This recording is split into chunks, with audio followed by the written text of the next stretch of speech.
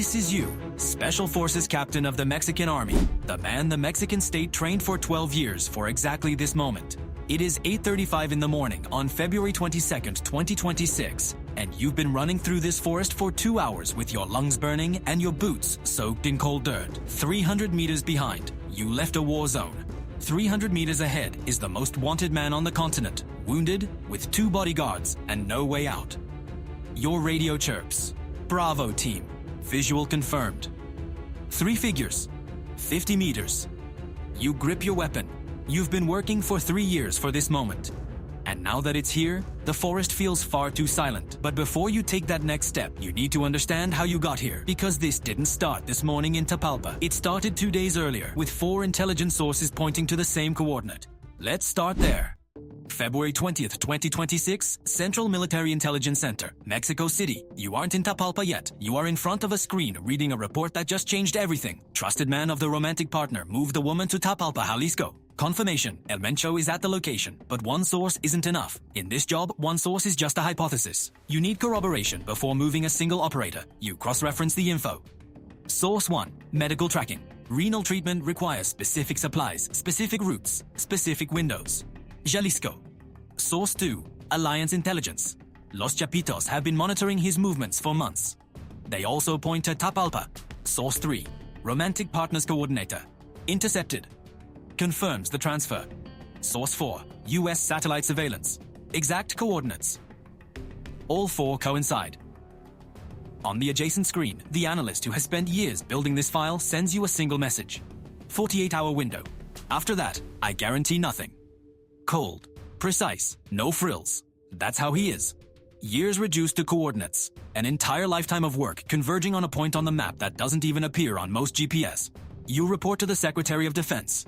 We have a confirmed location. 4 independent sources. Window, 48 hours. The response arrives in minutes. Proceed with operational planning. February 20th, afternoon. Tapalpa Country Club, house number 39. 600 kilometers away from that screen, a man makes his rounds. He knows nothing about the 4 sources. He knows nothing about the analyst or the report. He only knows that the boss arrived with his partner, that they'll be there for 2 or 3 days, and that his job is to make sure no one gets close. 7 guards, 7 AK-47s, 2 rocket launchers, 1 RPG, 8 vehicles, perimeter established, all quiet. The guard finishes his round, looks at the pine forest, listens to the silence of the mountain, and thinks it's a good place to rest. He's been doing this for 8 years. He knows how it feels when something is wrong. And tonight, he feels nothing. That is exactly what should worry him the most. February 24th, 10 in the morning. Military base, classified location. Your commander enters the room and closes the door. Captain, classified operation. Target, Nemesio Oseguera Cervantes. 2 active arrest warrants. Organized crime. Federal firearms law. They hand you the briefing. 7 confirmed armed hostiles. High-power weapons, probable RPG, live capture if possible. You begin building the operation in your head before they even finish talking. 3 components. Component 1, Ground Force, Army Special Forces and National Guard, approximately 40 operators. Component 2, Air Mobile Force, 6 Black Hawk helicopters with Special Forces personnel. Component 3, Air Support, Air Force techs and aircraft, permanent surveillance over the target. Everything ready, everything in position. But then comes the decision that weighs the most. We do not deploy to Jalisco yet. We wait in neighboring states until the last moment. 3 seconds of silence in that room while you process it. If you move them earlier, someone talks. Someone always talks. A call, a message, a wrong comment to the wrong person. El Mencho has spent 15 years escaping because he always knew they were coming before they arrived. Not this time. This time, surprise is everything. You sign the plan. You leave that room with a certainty you had rarely felt, and with the weight of knowing that if something fails, there won't be another opportunity like this in years. That night, you review the plan 23 times. February 22nd, 3 in the morning. Satellite surveillance confirms. Target remains at location. Movement pattern unchanged. You give the order. Activate operation. 4 in the morning. Your unit is awakened. 40 operators. Full gear. Absolute silence. Lights out. The 6 helicopters take off from another position. They don't go direct. They fly an indirect route to avoid raising signals. 6:30 in the morning. Your ground force is 2 kilometers from House 39. You advance on foot through the forest. Every step measured. Every movement coordinated. 7:45 in the morning. Perimeter established. 40 operators completely surround the property. You attempt a peaceful detention first. Mexican armed forces, you are surrounded. Come out with your hands up. 3 seconds of silence. Then, hell. Bursts of AK-47 fire break the dawn from every window. Here comes the part that no one who hasn't been in combat can fully understand. The first shot doesn't scare you. It activates you. The body does what it trained for 12 years to do before the brain even processes what is happening. It smells like gunpowder and wet pine at the same time. Your hands don't shake. That doesn't surprise you anymore. Contact, fire, advance. At that moment, on the other side of the perimeter, the guard who was making his rounds 2 days ago is at the window firing his entire magazine toward your operators. He sees soldiers everywhere. He reloads, keeps firing. He hears a single phrase over the radio. The boss is out. He's heading into the woods. And without hesitating for a second, he unloads the rest of his ammunition toward your position. Not to win, to buy time. That is the last thing he will do in his life. And he knows it. 8:30 in the morning. Situation controlled at the cabins. 8 guards neutralized, 2 soldiers wounded. 7 AK-47s, 2 rocket launchers, 8 vehicles secured. But the target escaped into the forest with 2 bodyguards. Your radio. Bravo team. Pursuit. Confirm visual. 8:35 in the morning. 300 meters inside the forest. This is where you were at the beginning of this story. You advance in tactical formation among the pines. Damp earth. Low mist. The helicopter covers you from above, sweeping the brush with its searchlight. Your radio. Bravo team. Visual confirmed. 3 figures. 50 meters. One of them isn't walking well.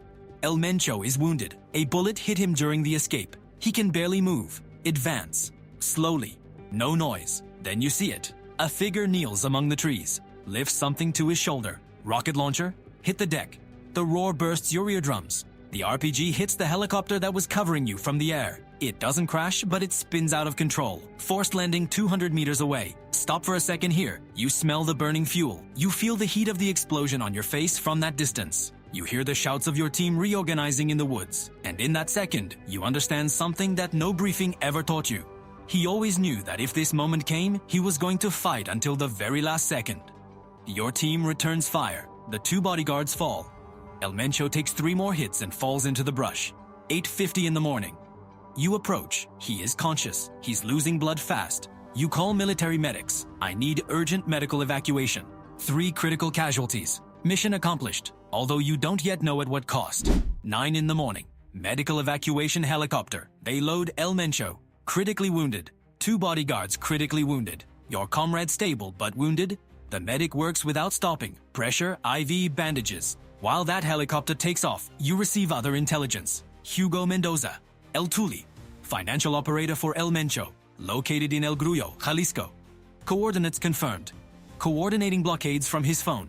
Offering 20,000 pesos for every soldier killed. There is no time to process what just happened in that forest. You order a parallel operation. Paratrooper Rifle Brigade. Neutralize El Tuli immediately. 9:30 in the morning. El Grullo, Jalisco. El Tuli is in a green vehicle coordinating attacks from his cell phone. They see him. They identify him. They attempt to move in. The vehicle accelerates. It tries to flee. It doesn't get far. El Tuli falls. They secure a rifle, a pistol, 7,200,000 pesos in cash, and a phone with direct evidence of attack coordination. Report. Tuli neutralized. 9:55 in the morning. Back in the medical evacuation helicopter, the medic stops working. He looks at you, shakes his head. 10:10 in the morning. Bodyguard 1 passes away. 10:25 in the morning. Bodyguard 2 passes away. 10:47 in the morning. El Mencho passes away. In Mexico City, the analyst receives the confirmation on his screen. He writes a single line in the report. Target neutralized. Case closed. Years of work. 4 sources, 1 coordinate, 1 line. The pilot receives a new order. Do not land in Guadalajara. Too much risk. Head to Morelia. 11:30 in the morning. Morelia. A Casa aircraft from the Air Force waits on the runway. They transfer the bodies toward Mexico City. Mission accomplished. But the reports starting to come in tell you that this is far from over. At 12 in the afternoon, the reports don't stop coming in. 252 blockades in 20 states. Vehicles burned. Banks attacked. Gas stations set on flight. Jalisco paralyzed. Guadalajara without public transport. Puerto Vallarta isolated with tourists inside. The CJNG activated its revenge protocol in less than 2 hours. And then comes the number that no one wanted to see. 25 National Guard members fallen in the subsequent clashes. Not in the operation, not in Tapalpa. In the streets, at the blockades, on the highways. 25 Mexican families who that day were waiting for their son, their father, their brother to come home. Here comes the part that no official statement will say in these words. They accomplished the mission. They captured Mexico's most wanted criminal. They closed a file that had been open for 15 years, and that same afternoon, 25 comrades died because of the revenge that the operation unleashed. When you step off the helicopter at the base, you see the faces of your unit. There is no celebration. There are no cheers. There is no declaration of victory. Only silence. Because everyone knows what you already know. They eliminated the leader, but they didn't eliminate the system. The CJNG didn't disappear with El Mencho. It fragmented. And 5 candidates are fighting right now for that empty throne, with more violence and less control than before. They killed the man. They multiplied the problem. That is what it feels like to complete the most important mission of your career. Not victory, not defeat. Only the weight of 25 names you will never forget, and the certainty that tomorrow the work continues. It always continues.